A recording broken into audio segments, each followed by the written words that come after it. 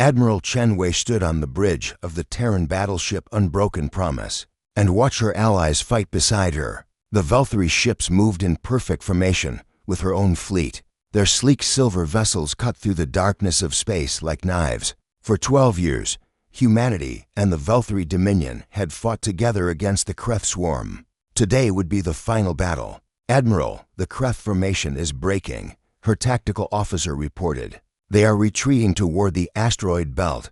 Chen allowed herself a small smile. 200 human ships and 300 Valkyrie vessels had pushed the enemy back. The Kreth Swarm had terrorized this sector for decades. After today, they would never threaten anyone again. "Signal the Valkyrie flagship," Chen ordered. "Tell High Commander Vorath that we should pursue. We can end this today." The communications officer worked at his station. A moment later, the face of High Commander Vorath appeared on the main screen. He was a tall being with pale blue skin and for eyes arranged in a diamond pattern on his face. Chen had known him for 8 years. They had shared meals together. She had attended the naming ceremony for his youngest child. "Admiral Chen," Vorath said with what she had learned was a Valkyrie smile. "A glorious day. The Kreth run before us like frightened animals." "They do indeed, old friend," Chen replied. "Shall we finish this together?" "Together," Vorath agreed. As it should be, the screen went dark. Chen turned to give orders to her fleet. She never saw the first shots coming. The Righteous Fury, a Terran cruiser on the fleet's left flank, exploded without warning. Chen spun around to see dozens of Valkyrie ships opening fire on human vessels. For one terrible moment, her mind refused to accept what her eyes were showing her. "Admiral," her tactical officer screamed, "the Valkyrie are attacking us. All Valkyrie ships are firing on human vessels." "That's impossible," Chen whispered. But the evidence was everywhere. Valkyrie plasma cannons tore through human ships that had no shields raised against them. Humanity's vessels were positioned for battle against the Kreth, not against the allies at their backs. "All ships, raise shields. Return fire," Chen commanded, but she knew it was already too late. The Valkyrie had planned this carefully. Their ships were positioned at optimal firing angles. They had targeted the human fleet's largest vessels first. The Terran Pride and the Earth's Defender died in the first 30 seconds. Each ship carried a crew of 2,000. "We have lost 47 ships," the tactical officer reported, his voice shaking. 52, 61. "Admiral, we cannot survive this." Chen watched her fleet die around her. Ships she had commanded for years, crews she had trained, friends she had made, all of them burning in the cold darkness of space. "Admiral, we are receiving a transmission from the Valkyrie Hierarch," the communications officer said. "It is being broadcast to all frequencies. Put it on screen," Chen ordered. The Valkyrie Hierarch appeared. He was ancient, his blue skin faded to gray, but his eyes burned with triumph.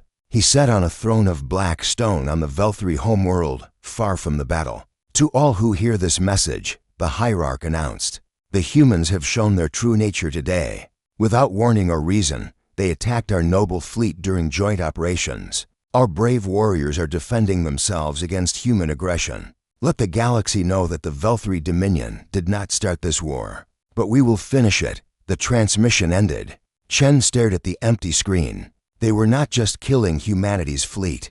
They were blaming humanity for the attack. This was not a moment of madness. This was a plan that had been prepared for months, perhaps years. "Admiral, we have lost 104 ships," the tactical officer said. 112. 120. "How many can still move?" Chen asked. 63 vessels are damaged but mobile.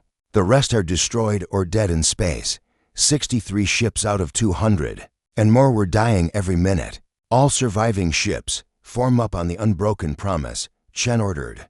"We are leaving. Set course for the Terran border at maximum speed."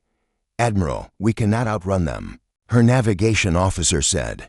"They will catch us before we reach safe space. Then we will fight as we run," Chen replied. "But Earth must know what happened here. The truth must survive, even if we do not." The surviving human ships gathered around their flagship. They were battered and bleeding, their hulls torn open to space.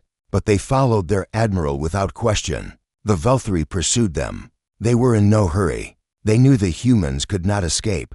They picked off the slowest ships one by one, like predators hunting wounded prey. "Admiral, I have a priority channel to Earth Command," the communications officer reported. "It is weak, but stable. Record this message," Chen said. She stood straight despite the chaos around her. "Earth Command, this is Admiral Chen Wei of the Terran Second Fleet. The Velthari Dominion has betrayed us. They attacked without warning during joint operations against the Kreth. They have destroyed most of my fleet. They are broadcasting lies that claim we attacked them. Do not believe their words. We were betrayed. I say again, we were betrayed." She paused to take a breath. Another human ship exploded in the distance. "I am transmitting all sensor data from the battle. You will see the truth in our records. The Velthari turned on us with coordinated precision. This was planned long ago. I do not know if my remaining ships will survive. But Earth must know. Humanity must know. Our allies stabbed us in the back." She ended the recording and nodded to the communications officer. "Send it. Use every relay we can reach. Make sure it gets home." Transmission sent, Admiral. For 6 more hours, the human fleet ran. The Velthari followed and killed. By the time Chen's ships crossed into Terran-controlled space, only 43 vessels remained. The Velthari stopped at the border, as if held back by an invisible wall. They had killed enough. Chen collapsed into her command chair. Around her, officers wept openly. The bridge was dark and filled with smoke. Warning lights flashed on every console. "Casualties?" she asked, though she did not want to know. "We lost 157 ships," the tactical officer answered. "Approximately 160,000 crew members are confirmed dead. Unknown number still missing. 160,000 lives. Gone in a single afternoon of treachery." The unbroken promise limped toward the nearest Terran station. Other ships from her fleet followed. They were broken and burned, carrying crews that would never see their dead comrades again. As they traveled, Chen received reports from across human space. The Velthari broadcast had reached every corner of the galaxy. Species that humanity had considered friends were now calling them aggressors. The Velthari had presented their lies with complete confidence, and the galaxy believed them. No one was coming to help. When Chen finally reached Station Gamma 7, she found chaos. Families had gathered, desperate for news about loved ones serving in the fleet. Chen had to walk past them to reach the command center. She did not know what to say to their faces. She had led their sons and daughters and parents and siblings into a trap. Inside the command center, a single message waited for her. It came from Earth, from the Terran Council itself. Chen opened it and read the words 3 times before she understood what they meant. "Admiral Chen," the message said, "we have received your transmission and reviewed your sensor data. The truth is clear. We have verified the Velthari deception through multiple sources. In response to this act of war against the people of Earth, the Terran Council has voted unanimously to authorize Protocol Absolute. You are ordered to return to Earth immediately for reassignment. Do not respond to any Velthari communications. Do not engage any Velthari vessels. Maintain complete silence until further orders. Protocol Absolute is now in effect. God help anyone who stands against us." Chen read the message again. Protocol Absolute. She had heard rumors about it during her years of service. A contingency plan created after humanity's first contact war, when they nearly lost everything. A response designed for the worst possible scenario. A weapon that had never been used because no enemy had ever pushed humanity far enough. Until now. Chen looked out the window at the damaged ships gathered around the station. 43 vessels and less than 40,000 survivors out of a fleet that had numbered in the hundreds of thousands. The Velthari thought they had destroyed humanity's military power in this sector. They thought they had won. They had no idea what they had awakened. Chen sent a simple reply to Earth Command, "Understood. Returning immediately. We will remember our dead." She did not know exactly what Protocol Absolute meant, but she knew the Velthari would learn soon enough. They had betrayed humanity, killed humanity's children, and lied to the galaxy about what they had done. And humanity never forgot. Outside the station, the stars burned cold and uncaring. Somewhere out there, the Velthari celebrated their victory. They divided humanity's colonial territories among themselves and their allies. They spoke of the human threat that they had ended. They slept peacefully in their beds. They should have stayed awake. They should have watched the borders. They should have remembered that the species from the death world called Earth did not die easily, and did not forgive at all. Admiral Chen set course for Earth. Behind her, the families of the Galactic Assembly gathered on the station called Neutral Ground. Representatives from 47 species filled the Great Hall, their different bodies creating a sea of colors and shapes. At the center of the hall, the Velthri delegation stood tall and proud. High Arbiter Thiessen, a being made of living crystal, called the assembly to order. Her voice rang through the hall like bells. We gather to hear testimony regarding the conflict between the Velthri Dominion and the Terran Union, Thiessen announced. The Velthri have requested this emergency session. They may speak first. Ambassador Kelthan of the Velthri stepped forward. He was young for his kind, with deep blue skin and eyes that showed no guilt. Distinguished members of the assembly, Kelthan began. 3 weeks ago, during joint military operations against the Kreth Swarm, human forces turned their weapons on Velthri ships without warning. We lost many brave warriors defending ourselves against human aggression. Murmurs spread through the hall. The Velthri ambassador raised his hand for silence. We have always known that humans were dangerous. They come from a death world where everything kills. Their history is written in blood and war. We hoped that our alliance would civilize them, would teach them the ways of peace. We were wrong. He gestured to a screen that showed images of destroyed Velthri ships. The assembly watched in horror. This is what humans do, Kelthan continued. This is what they have always done. They smile at you and call you friend, and then they strike when your guard is down. We were fortunate that our warriors were able to defend themselves. But make no mistake, if the humans had won that battle, they would have turned on every species in this hall. The assembly erupted in angry voices. Species that had traded with humanity for decades now looked at each other with fear in their eyes. Where's the human delegation? High Arbiter Thiessen asked. They were summoned to respond to these charges. Aid approached and whispered in her crystalline ear. Thiessen's glow flickered with surprise.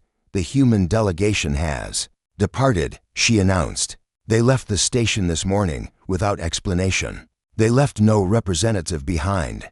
More shouting filled the hall. The Velthri ambassador smiled with all 4 of his eyes. They run because they know they are guilty, he declared. The humans cannot face the truth of what they have done. I ask this assembly to recognize the Velthri Dominion's right to defend itself. I ask that you condemn human aggression and support our just response. In the back of the hall, a door opened. Every head turned to watch as a new delegation entered. The Kreth representative walked forward on 6 legs, her chitinous body clicking with each step. The Kreth swarm wishes to speak, she announced. High Arbiter Thiessen nodded. The Kreth may address the assembly. 3 years ago, the Velthri Dominion approached us in secret, the Kreth representative said. They proposed a treaty. They would help us defeat our enemies if we agreed to share the spoils. We signed this treaty and kept it hidden from the galaxy. Silence fell over the hall. The Kreth continued. The battle where humans supposedly attacked the Velthri was planned. The Velthri told us exactly when to retreat, exactly when they would turn on the human fleet. We were never true enemies of the Velthri. We were partners in this deception from the beginning. Ambassador Kelthan's face showed no emotion. Lies from a swarm creature. The Kreth will say anything to damage those who defeated them. We did not speak before because we feared Velthri power, the Kreth representative said. But humans showed us kindness during the years of war. They took prisoners instead of killing them. They sent food to our colonies that were starving. They treated us as enemies to be defeated, not animals to be destroyed. We owe them the truth. The assembly did not know what to believe. The Velthri presented more evidence, more recordings, more testimony from their own people. The Kreth had only their words. In the end, most species chose to believe the older, more established power. The vote was close, but the result was clear. 31 species voted to condemn human aggression. 12 voted to wait for more evidence. 4 species refused to vote at all. Human ambassadors were expelled from stations across the galaxy. Trade agreements were canceled. Mining rights were revoked.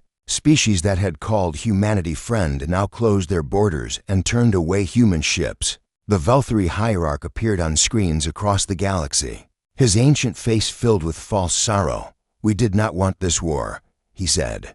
"The humans forced our hand, but we will not allow their aggression to go unpunished. The Velthari Dominion, along with our allies, will take control of human colonial territories.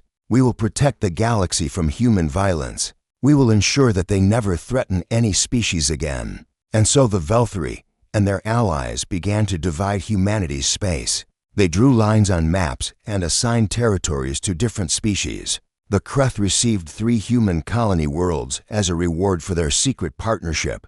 The Velthari claimed the richest mining systems for themselves. But something strange began to happen. Human space went silent. At first, no one noticed. The galaxy was busy with the politics of dividing the spoils. But as days passed, the silence grew louder. No human ships left their borders. No human broadcasts reached the relay stations. No human traders appeared at any port. The Velthari sent scout ships to investigate. The first one entered the Sol system, the heart of human civilization. The pilot was a young officer named Telvin, eager to prove himself. He expected to find a grieving species. He expected to see a broken fleet and frightened colonists. He expected to map the remains of human power for the inevitable invasion. Instead, he found nothing. Earth hung in space, blue and beautiful, but no lights shone from its surface at night. The great orbital stations that had surrounded it were gone. The defense platforms that had once protected the system were empty. The massive shipyards that had built humanity's fleet were dark and cold. Telvin scanned the entire system. He found no ships, no stations, no satellites, no life signs. 4 billion humans had lived on Earth alone. Another 2 billion had lived on the lunar colonies and orbital habitats. They were all gone. "This is Scout Vessel 17 reporting," Telvin said into his communication device. "Sol system is empty. Repeat, Sol system is empty. No human presence detected. No signs of battle. They just disappeared." He explored the system for 3 days. He found abandoned buildings and empty streets. He found food still sitting on tables and clothes still hanging in closets. It was as if every human had simply walked away from their lives without taking anything. In the capital city of Earth, Telvin found a message carved into the stone of what had once been a government building. It said only 3 words: "We will return." Telvin sent his report back to the Velthari Dominion. The military commanders read it with confusion. Where could billions of humans have gone? How could they have disappeared so completely? The hierarch dismissed the concerns. "They are hiding," he said. "They are afraid. They know we are coming, so they have scattered like insects. We will find them and crush them. Their worlds belong to us now." But some Velthari officers were not so confident. They remembered the stories about humans, the stories about a species that had nearly destroyed itself a dozen times, but always survived. The stories about a death world that bred creatures too stubborn to die. One old general pulled up historical files about humanity's past wars. He studied the patterns. He noticed something that made his eyes grow wide with fear. Humans were never more dangerous than when they were silent. The Velthari fleet assembled at the border of human space. 3,000 ships prepared to invade and claim humanity's territories. The hierarch himself watched from the safety of his throne world, eager to see the conquest begin. The fleet crossed the border. They moved into human space, system by system, world by world. They found the same thing everywhere: empty cities, abandoned stations, ships that had been stripped of everything useful and left adrift.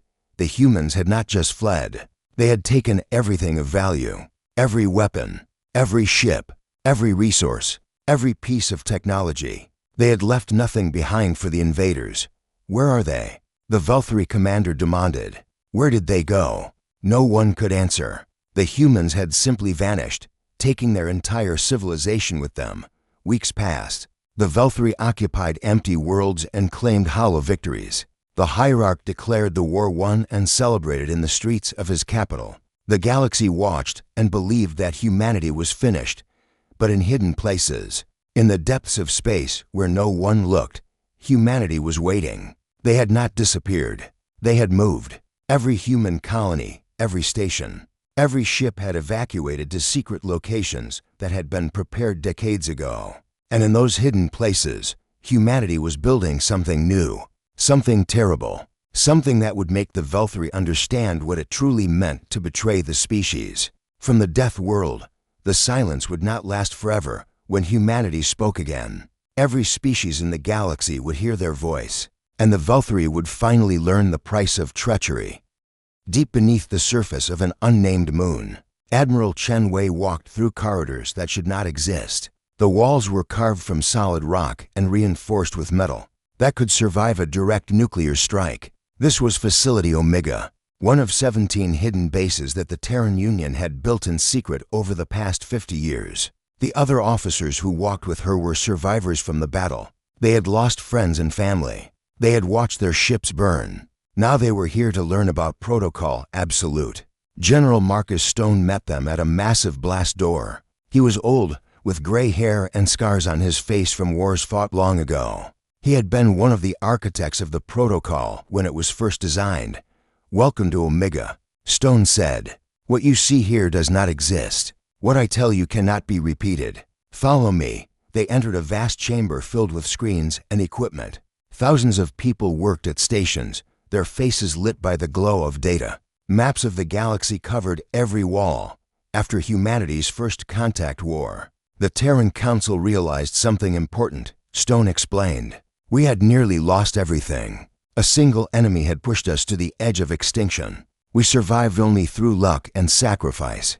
The Council decided that humanity would never be that vulnerable again." He pointed to a map showing human space. "Everyone knows about our official colonies and stations. What they don't know is that we built a second civilization in secret. Hidden bases, concealed shipyards, emergency bunkers on moons and asteroids that appear worthless on any scan. We have been building this shadow infrastructure for 50 years. Chen stared at the map. Dozens of hidden locations were marked across human space, all of them in places that no enemy would think to look. When the Velthri attacked, we activated Protocol Absolute, Stone continued. Every human colony received the signal. Every station, every ship, every outpost began evacuation procedures that we had practiced for decades. Within 72 hours, human civilization disappeared from visible space. Where did everyone go? Another officer asked. Everywhere and nowhere, Stone replied. Our people are dispersed across 17 hidden facilities like this one. Our ships are concealed in asteroid fields and nebulae, where sensors cannot find them. We left our old worlds empty because those worlds were already known to our enemies. They cannot take what we have already left behind. He led them deeper into the facility, past workshops where engineers built new weapons and shipyards where new vessels took shape. The Velthri think they won, Stone said. They think they destroyed our fleet and broke our spirit. They do not understand that the fleet they destroyed was only the tip of the iceberg. Humanity's true military power has always been hidden. They entered a hangar bay that stretched for kilometers. Ships filled every space, more ships than Chen had ever seen in one place. Battle cruisers and carriers, destroyers and frigates, thousands upon thousands of vessels ready for war. We built these in secret over 5 decades. Stone explained. The Velthri knew about our official fleet. They did not know about this one. When we emerge from hiding, we will have more ships than all the Velthri and their allies combined. Chen's heart began to beat faster. Hope, which had been crushed by the betrayal, started to grow again. But ships alone cannot win this war, Stone said. The Velthri are powerful, and they have allies. If we simply attack with conventional weapons, the war will be long and bloody. Many more humans will die. So we developed something new. They entered a laboratory where scientists worked on strange devices. Stone pointed to a machine that hummed with energy. This is the Seizure protocol, he said. It is the heart of humanity's response to betrayal. He explained how it worked. The device could generate a field that disabled all technology within a massive radius. Ships would go dark. Weapons would stop working. Power grids would fail. Life support would shut down. Anything that relied on energy would simply stop. We do not want to destroy the Velthri, Stone said. Destruction is easy. Destruction ends suffering quickly. We want something worse. We want to take everything they have.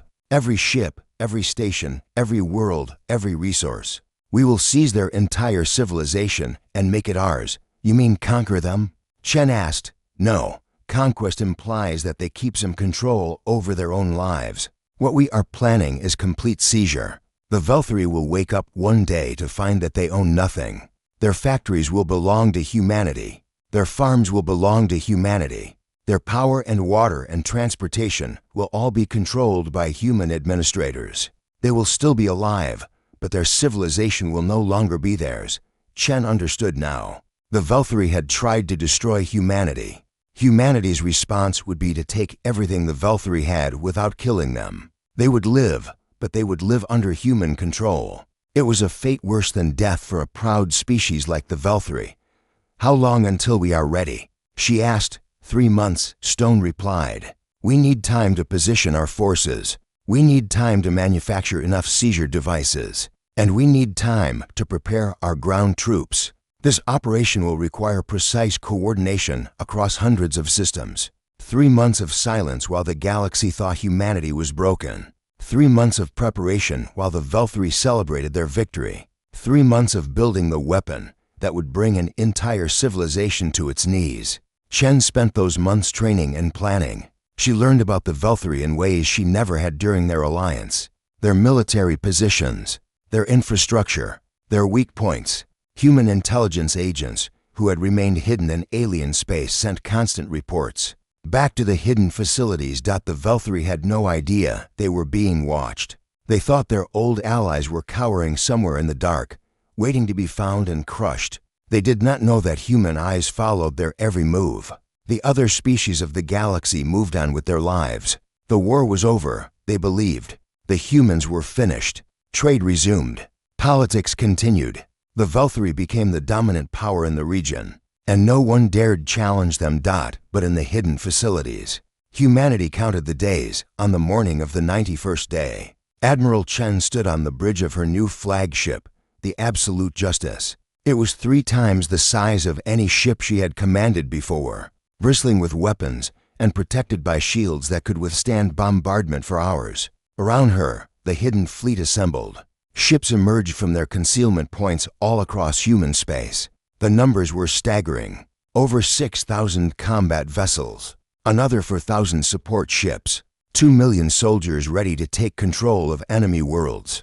General Stone appeared on the main screen. Admiral Chen, your forces are in position. All 17 hidden fleets are ready to emerge. The seizure devices are operational on all ships. Our intelligence confirms that the Velthri have no idea we are coming. Understood, General. Chen replied. On your command. Stone took a deep breath. This moment had been 50 years in the making. Protocol Absolute had been designed for exactly this situation, but no one had ever expected to actually use it. Send the message, Stone ordered. Let them know we are coming, across the galaxy. Every Velthri system received the same transmission at the same moment. It appeared on their screens, in their communications, on their personal devices. A single word in every known language. Remember, for 3 seconds, the galaxy was silent. The Velthri stared at the message in confusion. Remember what? Then the sky opened. Humanity's hidden fleet emerged from fold space in every major Velthri system simultaneously. Thousands of ships appeared where moments before there had been nothing. The Velthri defenders scrambled to respond, but they were outnumbered everywhere. The seizure protocol activated. Velthri ships went dark. Their weapons powered down. Their engines died. Their life support flickered and nearly failed. Every piece of technology in range of the human devices simply stopped working. Admiral Chen watched as the Velthri home fleet drifted helplessly in front of her. Hundreds of ships, the pride of the Dominion, reduced to metal coffins floating in space. She activated her communication system and broadcast on all frequencies. This is Admiral Chen Wei of the Terran Union to all Velthri forces. Your weapons are disabled. Your ships are dead. Surrender now, and your crews will be spared. Resist, and you will die in the darkness. Some Velthri tried to fight. They launched shuttles and pods, desperate to escape or to ram the human ships.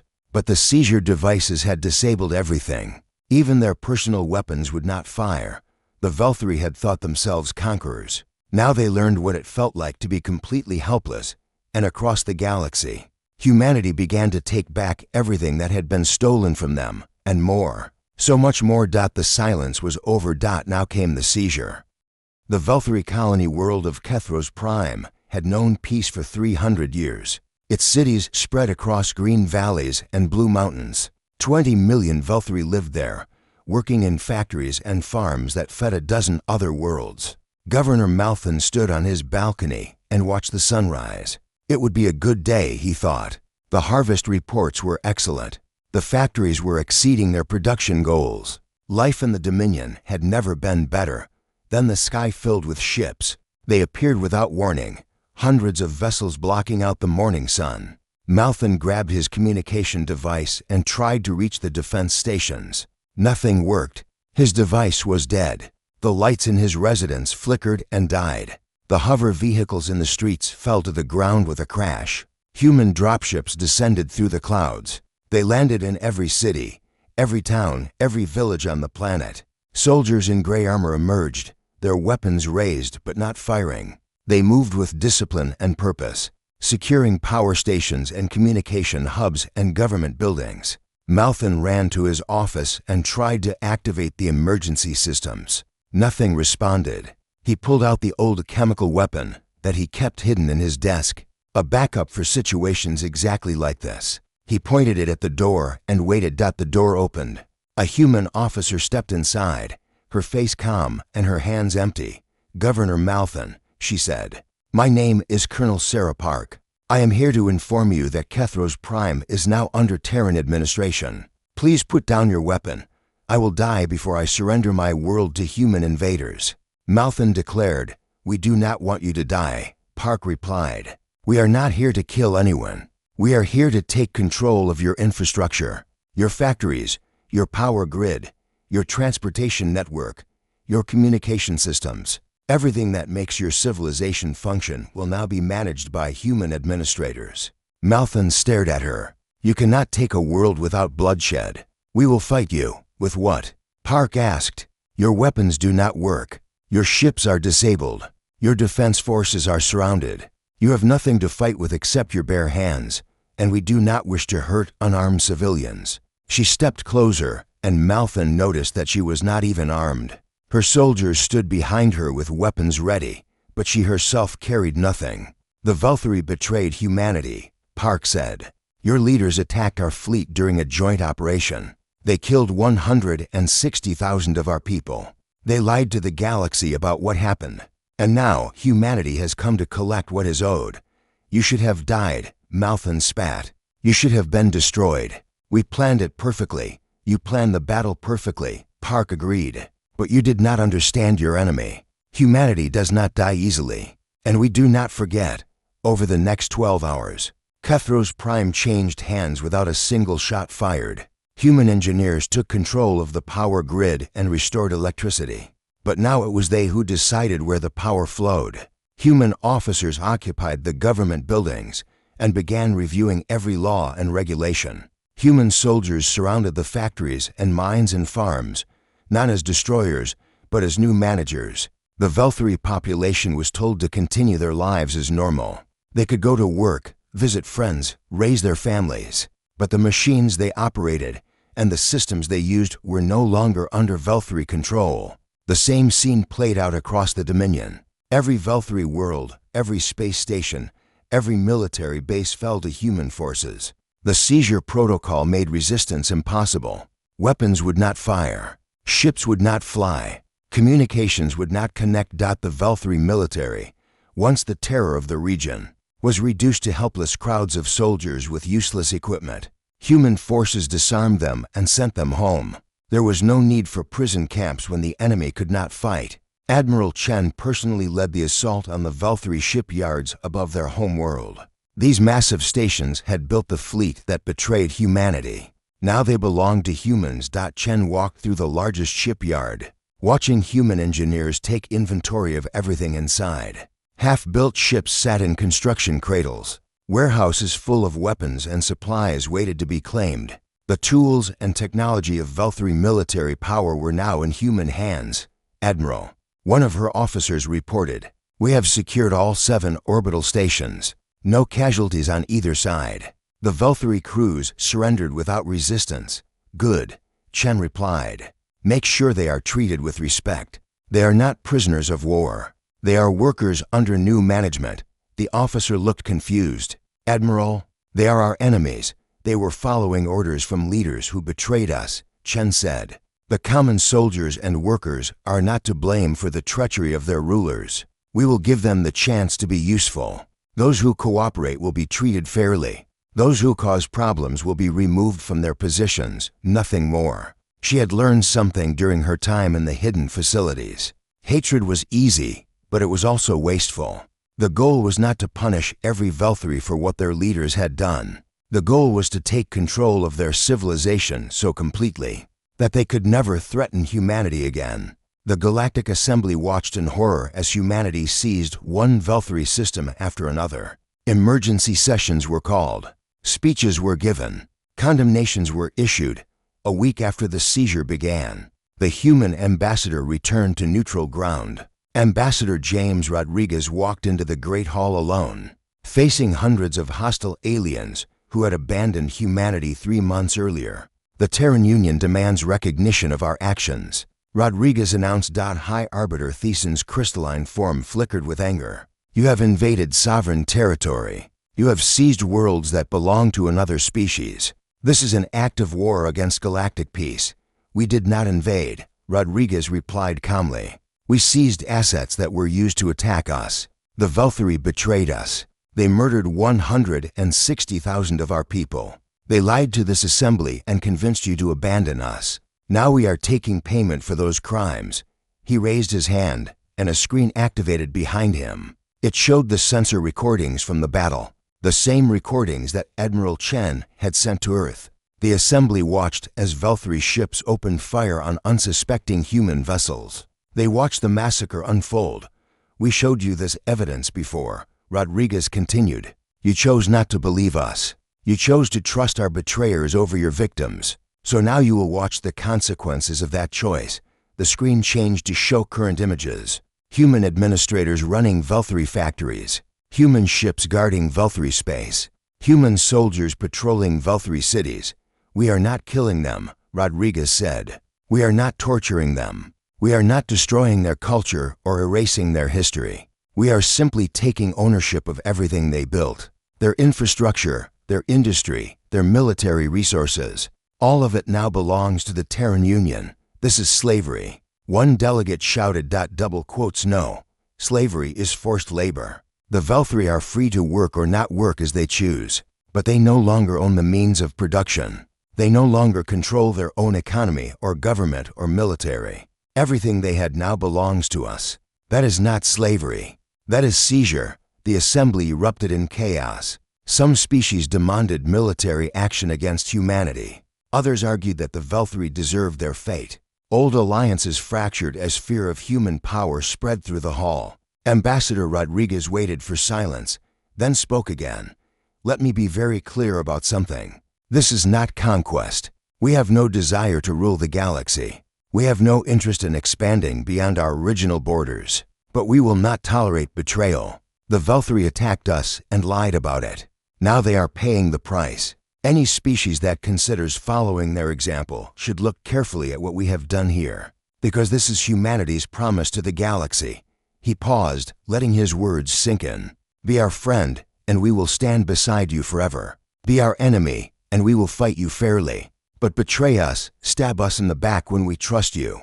Then we will take everything you have. Not your lives, not your families, just everything else." He turned and walked out of the assembly hall. Behind him, the galaxy tried to understand what humanity had become. The Velthri had expected revenge. They had expected fire and death and destruction. They had prepared for humanity to attack with rage and fury. Instead, humanity had attacked with paperwork and engineers and administrators. They had not come to destroy the Velthri. They had come to own them, and somehow, that was worse, on the Velthri home world. The hierarch watched from his palace as human flags rose over the government buildings. His fleet was disabled. His armies were disarmed. His people looked to him for guidance, and he had nothing to offer. For the first time in his long life, the hierarch understood what true defeat looked like. It looked like continuing to live while everything you built belonged to someone else. 6 months after humanity's response began, the Velthri hierarch stood in a courtroom on the planet Earth. The trial was broadcast to every corner of the galaxy. Billions of beings watched as the ancient ruler faced judgment. The courtroom was simple. No grand decorations or symbols of power. Just wooden benches and a raised platform where judges sat. Humanity had chosen to judge their betrayer in the same style they had judged their own criminals. For centuries, Judge Patricia Okonkwo looked down at the hierarch. She was an old woman with gray hair and sharp eyes that had seen many criminals during her career. "You are charged with conspiracy to commit mass murder," she announced. "You are charged with ordering the deaths of 160,000 human beings. You are charged with spreading false information to deceive the Galactic Assembly. How do you plead?" The hierarch stood tall despite his chains. His eyes burned with hatred.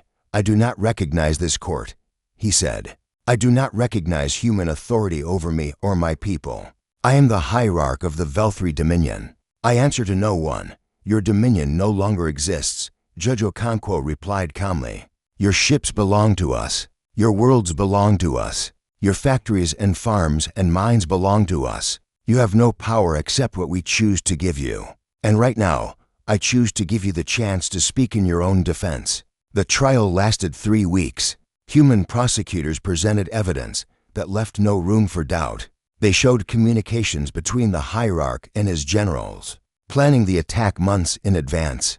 They showed the secret treaty with the Kreth Swarm. They showed the propaganda that had been prepared before the battle even began. The galaxy watched as the truth became undeniable. Species that had supported the Velthri fell silent with shame. Those who had abandoned humanity looked away from their screens, unable to face what they had helped happen. Defenders appointed for the hierarch tried to argue that he was acting in the interests of his people.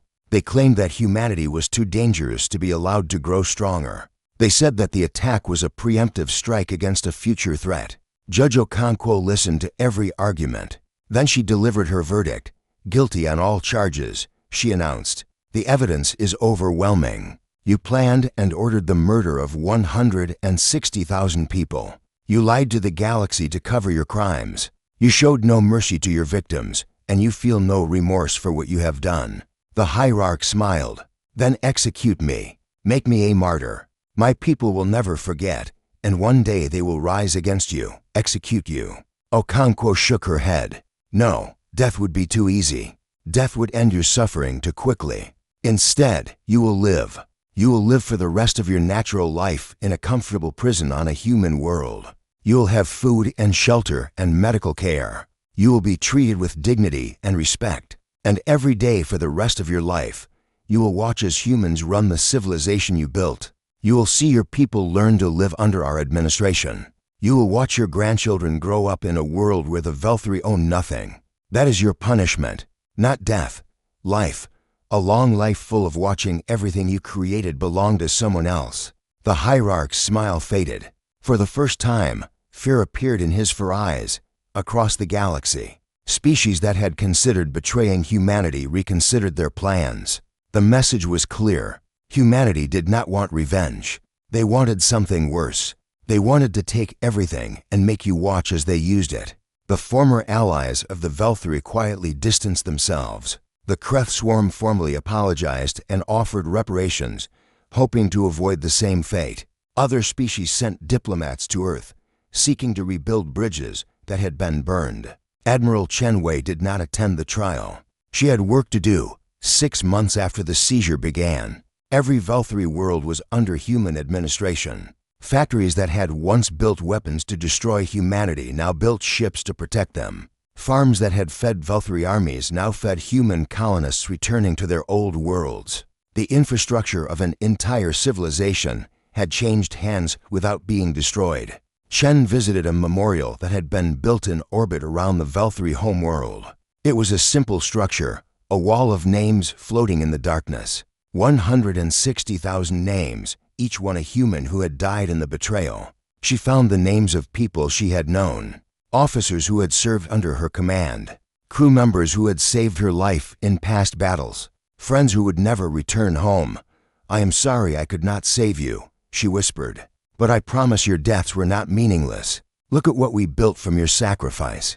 Look at what humanity became." A shuttle approached. General Stone stepped out and joined her at the memorial.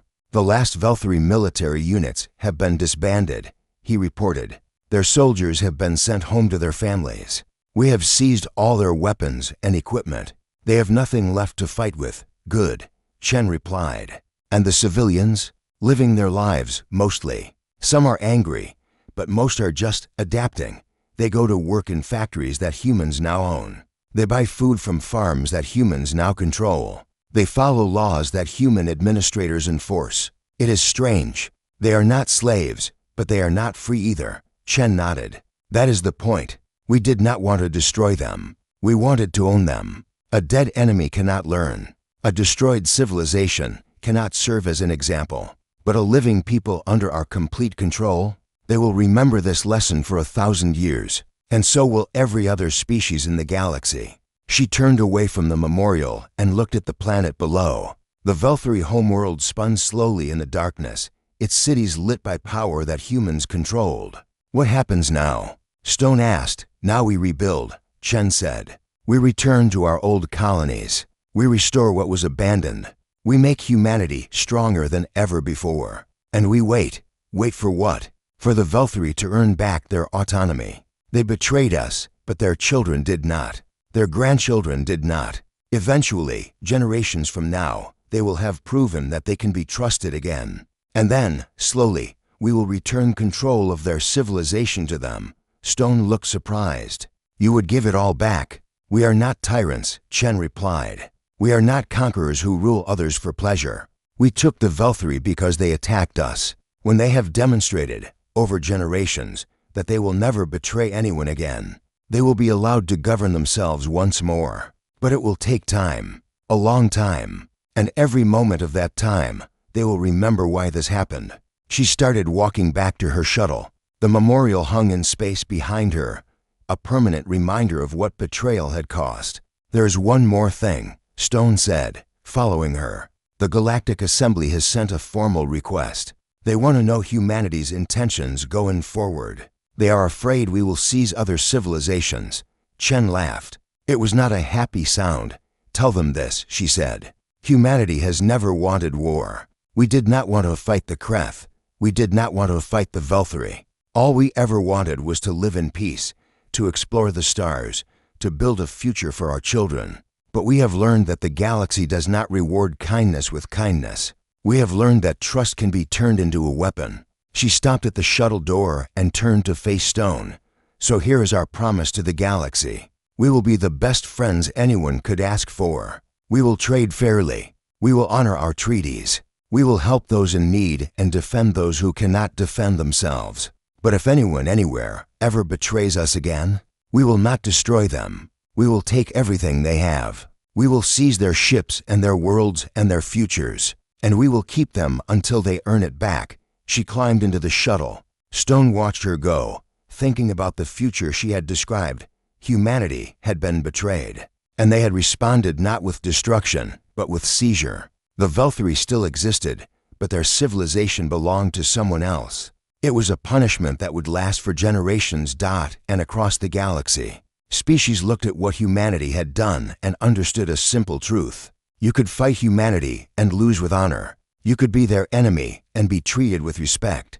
But if you betrayed them, if you stabbed them in the back after calling them friend, they would not kill you. They would not destroy your worlds. They would simply take everything you had ever built and make it theirs. The Velthari had attacked with treachery. Humanity had responded with complete seizure, and the galaxy would never forget which was worse. In schools across 100 worlds, students learned about the Velthari betrayal and its consequences. They studied how a proud species had become subjects of human administration. They memorized the lesson that humanity had taught the galaxy. Trust was precious. Betrayal was unforgivable, and some fates were worse than death. The stars continued to burn in the endless darkness of space. Humanity continued to grow and explore and build. And somewhere in the galaxy, the next species was already learning to fear the quiet, patient, collecting nature of the beings from the death world called Earth. They did not destroy their enemies, they collected them, and they kept them forever.